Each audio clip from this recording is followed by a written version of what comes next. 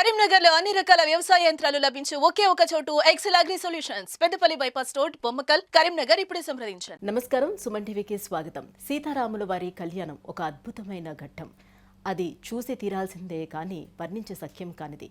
అటువంటి సీతారాముల వారి కళ్యాణం రోజున వివాహం కాని స్త్రీ పురుషులు ఎవరైనా మంచి భర్త కానీ మంచి భార్య కానీ దొరకాలంటే ఆ రోజున ఎటువంటి పరిహారాలని పాటిస్తే మంచిది? ఈ విషయాన్ని తెలియజేసేందుకు మనతో పాటు ఉన్నారు ప్రముఖ జ్యోతిష్య పండితులు బ్రహ్మశ్రీ నందిబట్ల శ్రీహరి శర్మ గారు. గురుగారు నమస్కారం అండి. వాగర్థావివ సంపృక్తౌ వాగర్థ ప్రతిపత్తయే జగతః పితరౌ వందే పార్వతీ పరమేశ్వరౌ సదాశివసమారంభాం శంకరాచార్య మధ్యమాం అస్మదాచార్య పర్యంతం వందే గురు పరంపరాం. ఆదిత్యాయ చ సోమాయ మంగళాయ బుధాయ చ గురుశుక్ర శనిభ్యశ్చ రాహవే కేతవే నమః. గురుగారు, ఈ అద్భుతమైనటువంటి సీతారాముల కళ్యాణం రోజున వివాహం కాని వారు ఎటువంటి పరిహారాలను పాటిస్తే వారికి ఎటువంటి అడ్డంకులు లేకుండా సవ్యంగా వివాహం జరిగే అవకాశం ఉంటుంది? శ్రీరామనవమి దాదాపు రాముల వారు జన్మించి 5000 సంవత్సరాలు గడిచిన తర్వాత కూడా ఈ రోజుకు కూడా రాముల వారిని సీత అమ్మవారిని తలుచుకుంటూ ఉంటాం. ముఖ్యంగా గమనించుకున్నట్లయితే ఈ యొక్క భారతావనిలో ఎవరు వివాహం చేసుకున్నా ఆ వివాహ మహోత్సవ ఆహ్వాన పత్రికలో సీతారాముల వారిని స్మరించుకుంటూ ఒక శ్లోకం ఉంటుంది. కాబట్టి ఆ శ్లోకాన్ని మనం చెప్పుకుంటుంటాం. అంటే ఆదర్శ దాంపత్యానికి పార్వతీ పరమేశ్వరులను చెప్పుకున్నా ఈ యొక్క భూలోకంలో ఎవరు పార్వతీ పరమేశ్వరుల దాంపత్యాన్ని చూసి ఉండరు. ఎందుకంటే వారు గొప్ప ఉన్నతమైనటువంటి స్థానంలో ఉన్నవారు. కానీ ప్రజలందరూ కూడా కని కాంచి తరించి పులకించి విని నోటితో చెప్పుకున్నటువంటిది ఆదర్శ దాంపత్యానికి ప్రతీక సీతారాముల వారి యొక్క దాంపత్య జీవితం. కాబట్టి ఈ యొక్క సమాజంలో ఏ ఆడపిల్లకైనా రాముల వారి అంతటి భర్త లభించాలి అని చెప్పి, ఎందుకనంటే అంత గొప్పగా అంత ప్రేమ, ఏకపత్ని వ్రతం. ఈ రోజుల్లో ఎవరుంటారండి? భార్య దూరం అయిపోతే ఇంకొక వివాహం చేసుకునే వాళ్ళు ఉన్నారు. అలాగే ఏ పురుషుడికైనా కానీ సీత లాంటి అమ్మవారు, ఎందుకంటే తన మాటకి ఎదురు చెప్పనటువంటిది, భర్త యొక్క శ్రేయస్సుని కోరుకొని ఎంతటి భోగలాలసమైనటువంటి జీవితం కంటి ముందు కనబడుతున్నా తృణప్రాయంగా గడ్డి పరకతో సమానంగా పక్కకు పెట్టి ఎంతటి మోహనాడుడైనటువంటి ఎంత పరాక్రమవంతుడైనటువంటి రావణాసురునైనా పక్కకు పెట్టింది.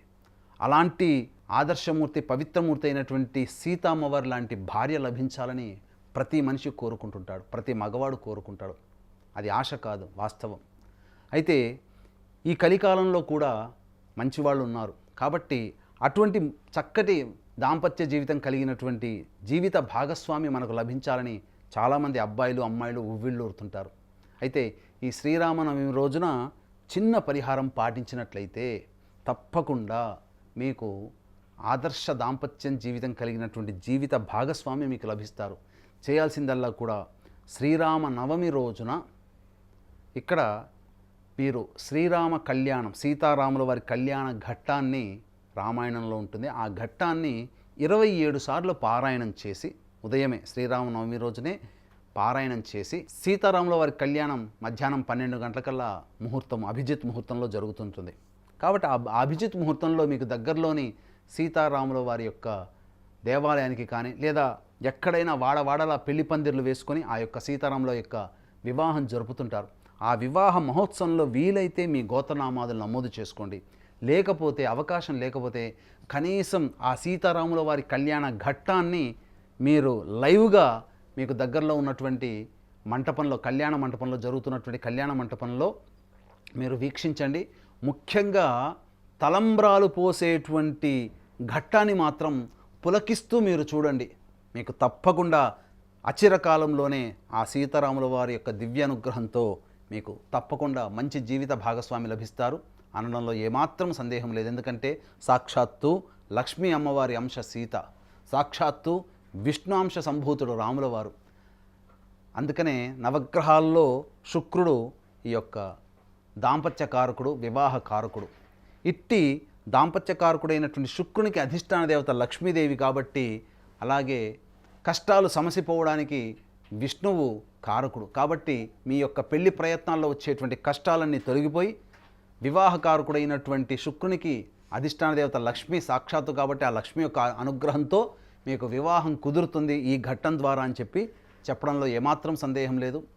వీక్షించేటువంటి ప్రేక్షకుల్లో కూడా అవకాశం ఉంటే వివాహం కావాల్సినటువంటి అబ్బాయిలకి అమ్మాయిల కోసం ఈసారి శ్రీరామనవమి రోజున కాశీలో విశేషమైనటువంటి కార్యక్రమాలు వివాహం కావాల్సిన అబ్బాయిలకి అమ్మాయిలకి జరిపించడం జరుగుతుంది. అవకాశం ఉన్న వాళ్ళు కార్యక్రమ తదనంతరం కాంటాక్ట్ చేసి మీ గోత్రనామాలు నమోదు చేసుకోండి. గురుగారు, మరి సీతారాముల వారి అనుగ్రహానికి ఈ రోజున ఎటువంటి పరిహారాలని పాటిస్తే మంచిది? సీతారాముల వారి యొక్క అనుగ్రహాన్ని పొందాలి అని అనుకున్నప్పుడు ఈ ఇద్దరికీ సంబంధించినటువంటిది 2 చిన్న పరిహారాలు పాటించాలి. ఏంటంటే, లలిత అమ్మవారి అంశతో జన్మించిన వారు శ్రీరాముల వారు. యథార్థం, ఎన్ని కష్టములు ఉన్నా ఆ కష్టములన్నీ తొలగిపోవాలి, సమస్యలన్నీ సమసిపోవాలి, ఇబ్బందులన్నీ దూరం అయిపోవాలి, కష్టాలన్నీ తొలగిపోవాలి. ఇలాంటి అనుకునే వాళ్ళు ఏ సమస్య ఉన్నప్పటికీ కూడా లలితా సహస్రనామ పారాయణాన్ని మీరు 5 సార్లు పఠించండి. శ్రీరామనవమి రోజున 5 సార్లు పఠించి మీరు ఏదైనా ఒక స్వీట్ నైవేద్యంగా పెట్టండి. తరువాత స్వామివారికి మీరు అభిషేకం చేసే సందర్భంలో పసుపు నీటితో అభిషేకం చేయండి. శ్రీరాముల వారికి పసుపు రంగు వర్ణం అంటే మహా ఇష్టం. అందుకనే ఇది ధర్మం శాస్త్రం ప్రకారం చెప్పబడింది. కాబట్టి మీరు ఏ సీతారాముల వారి యొక్క చిత్రపటాన్ని చూసినా ఆయన ధరించే వస్త్రము పసుపు రంగులో ఉంటుంది, ఇంకా ఏ రంగులో ఉండదు.